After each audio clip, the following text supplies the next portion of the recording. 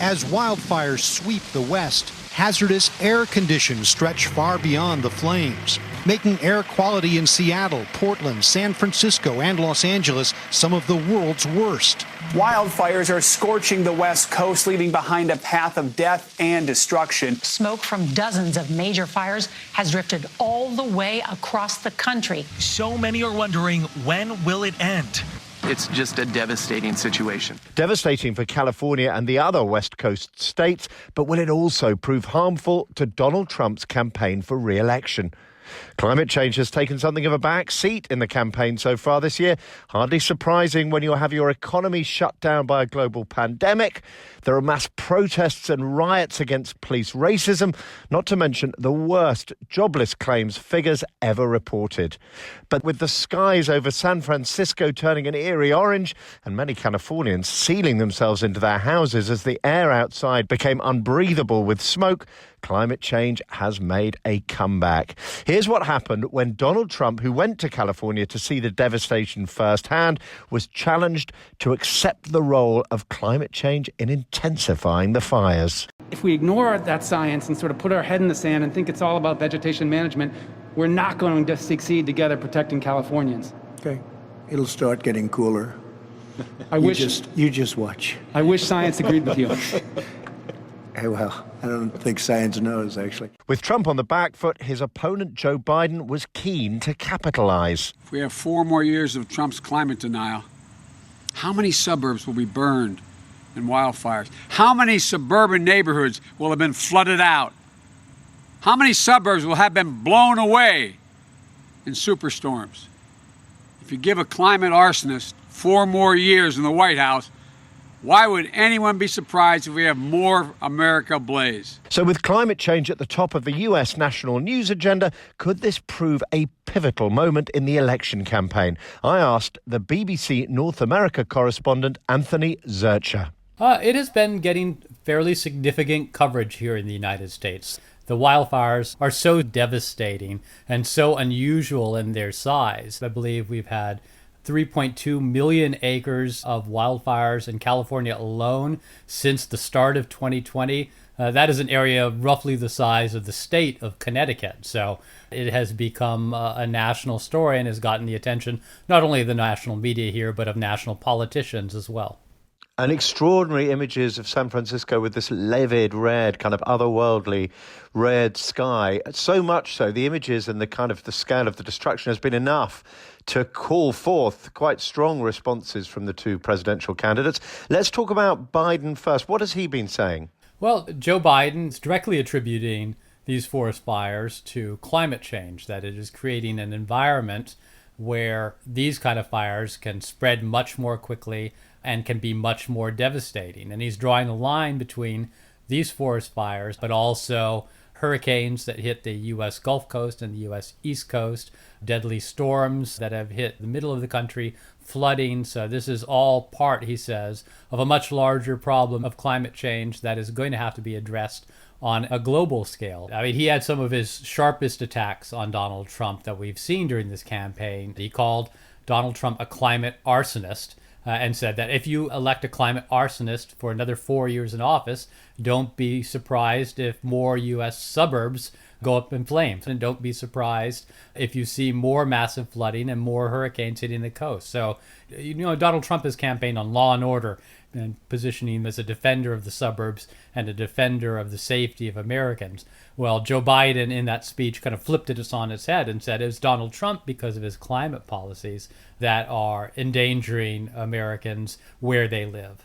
And Trump engaged very directly in this, didn't he? He flew into California, didn't he, to see the damage for himself and give his perspective on what's been happening. He did. He flew in on Monday and met with Governor Gavin Newsom of California, who is a very vocal proponent of the man-made climate change being a cause of these fires.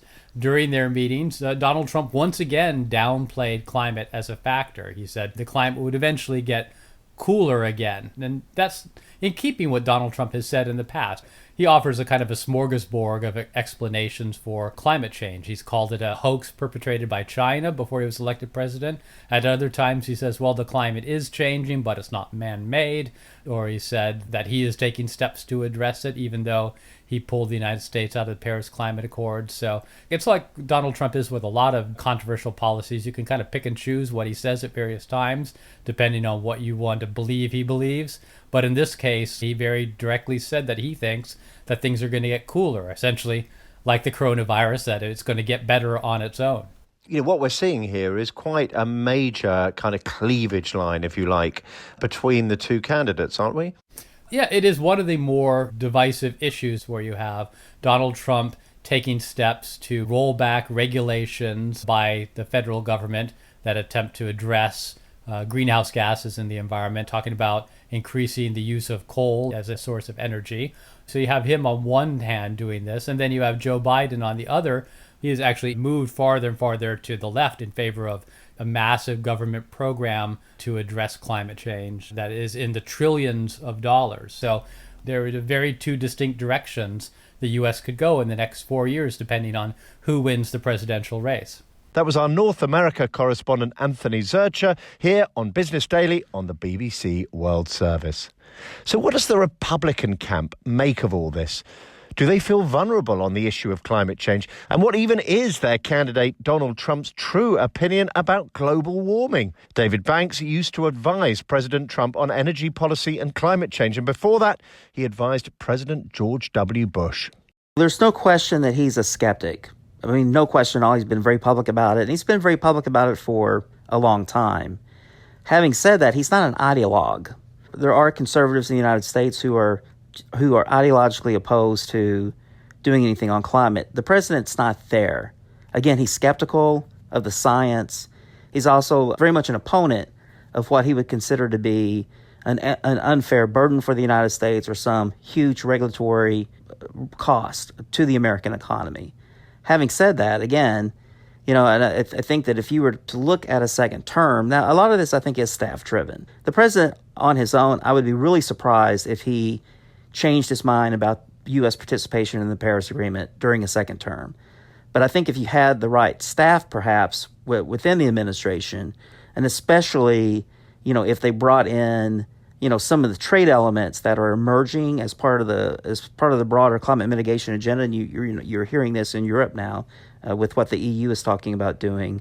You know, I think that there is that possibility that you could have a shift. Dave, what kind of things are you talking about in terms of the EU? The border carbon adjustment conversation. So right? This is the idea. You're talking about the idea that if the EU raises its kind of game, cuts carbon aggressively, it's saying we might impose a sort of carbon tariff on imports from countries which are more carbon intensive. I think that'd be a fair summary, wouldn't it? Precisely. Now, let me say one quick thing about kind of the messaging right now. The president is very good about coming up with very short sound bites that he repeats over and over and over again as part of a campaign message, just simply because that's what, you know, that's what the average person sort of picks up on and remembers. And I think right now what the president is doing is contrasting his position with Vice President Biden. And so I think that even if the president were open to a more nuanced position, I don't think he would communicate that just simply because it's hard to do so. But isn't there a danger? Because, I mean, there was some polling by Pew in February, I think it was, that suggested that something about 2/3 of Americans believed in anthropogenic man-made climate change, and not only that, thought it was should be a high priority for American policy and something that should concern the president and the Congress. So this was quite a strong finding in this big poll that was done. That suggests that there is a danger if you take that more skeptical position, that position that says, you know, this is not something that we should prioritize in terms of action, that you could alienate a significant section of the electorate. Do you think there's a danger there? Do you think climate's a salient issue that's going to alienate voters from President Trump? So I will say this. So I agree with you in the assessment that the majority of Americans believe that we humans are having a major impact on the climate. There's no question that younger voters, even conservative-leaning, Republican-leaning voters, accept the science. And there's very little doubt that the position of climate skepticism hurts the candidate, and not only with younger voters, but with independents as well. But let's look at the context here. There's no question that the vast majority of Americans right now, their main priority is the economy, COVID, and how we're going to move forward with the recovery and, getting past the virus. But isn't there a danger, I suppose, that and this goes across issues, not just with climate, that Trump's emphasis is, and has been throughout his presidency, has been on, speaking to his base, building his base, enacting policy consistent with his promises to his base. But his base, is not a majority of American voters. And the danger would be that he's sort of doubling down there and not making enough effort perhaps to reach out to a wider electorate. I mean, would you see that as a danger? If I were advising the president today, I think I would probably be pushing this more nuanced position. But having said that, I'm not quite sure. I'm not quite sure if that would be successful, simply because, again, just from a messaging perspective, the strategy around the campaign, they're going to want to keep things very concise. Look, the Green New Deal is certainly a target-rich environment for Republicans, just simply because of the regulatory costs associated with the program, because it's a lot more than climate, right? There are also other aspects, healthcare, housing, those kind of pieces that were included within that. Now I know that Vice President Biden is not pushing all of that agenda, but again, I think just from a campaign perspective, you're going to want to make a very simple distinction between your position and the Democratic position. And so just to be clear on Biden's agenda, we're talking now, $2.5 trillion package for a green stimulus. So this would be presented as a kind of response to the economic challenges COVID has brought for America, a way of spending money to kind of rebuild and renew America, but in a clean, low carbon way. So that's his agenda. And you're saying that taking a firm kind of position against that defines you, as a Republican, defines you in opposition to Biden. Is that what you're saying? Well, during the campaign, right. That was former advisor to Donald Trump, David Banks. Well, Donald Trump's strategy of promoting coal is designed to appeal to his supporters in coal mining communities in places like Pennsylvania. It has infuriated environmental campaigners because coal is the most polluting of fossil fuels. But despite his best efforts, Mr. Trump's attempts to revive the coal industry have not been working. Cheryl LaFleur served as a member of the Federal Energy Regulatory Commission under President Obama. President Trump has promised for some time since his first election to revive the American coal industry. Now, America has large reserves of coal, and that has not been going so well in the first 4 years of his presidency, not just because it's the most carbon intensive of the fuels, which is an issue, but it also is economically, in many cases, inferior to natural gas. America has very large reserves of natural gas that can be both burned for electricity or for other end uses here and liquefied and exported, and that's another big piece of President Trump's continuing plan. Right now what's happening is that in the United States, because there's no federal response to climate change, a lot of the states are doing their own thing. The states are trying to respond, and then you get into sort of a choppy system, as we see in California, where there's no overall response, but the states do different things. I mean, when you look at these incredible wildfires and you see the kind of livid red skies above San Francisco, you would think that there's no better argument for action on climate change than the most catastrophic wildfires California or indeed the United States has ever experienced. How salient do you think this is in the election? How concerned are American people when they see the west of the country burning like this? How anxious are they? Will it translate into votes, do you think? I think that it's a very poignant reminder of the importance of addressing climate change, and I believe people are concerned.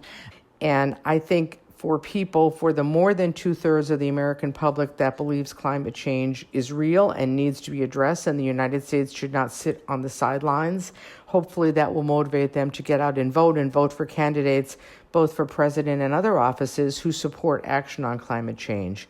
For the however many people it is, the 30% or 30 to 40% who are firmly in President Trump's camp, there does seems to be a way of believing that they believe the president and don't necessarily get swayed by other evidence, but I would hope that the compelling evidence of the wildfires would change some minds. That was Cheryl LaFleur, who served on the Federal Energy Regulatory Commission under President Obama. So could climate change swing the election further from Trump's grasp, or could he still win re-election? A final word from Republican energy advisor David Banks. If we could forecast that with any confidence, we'd be, or at least I would be, a multimillionaire because I would have bet, bet in the past on the markets, et cetera. But on the other hand, let me just put to you before we finish this interview.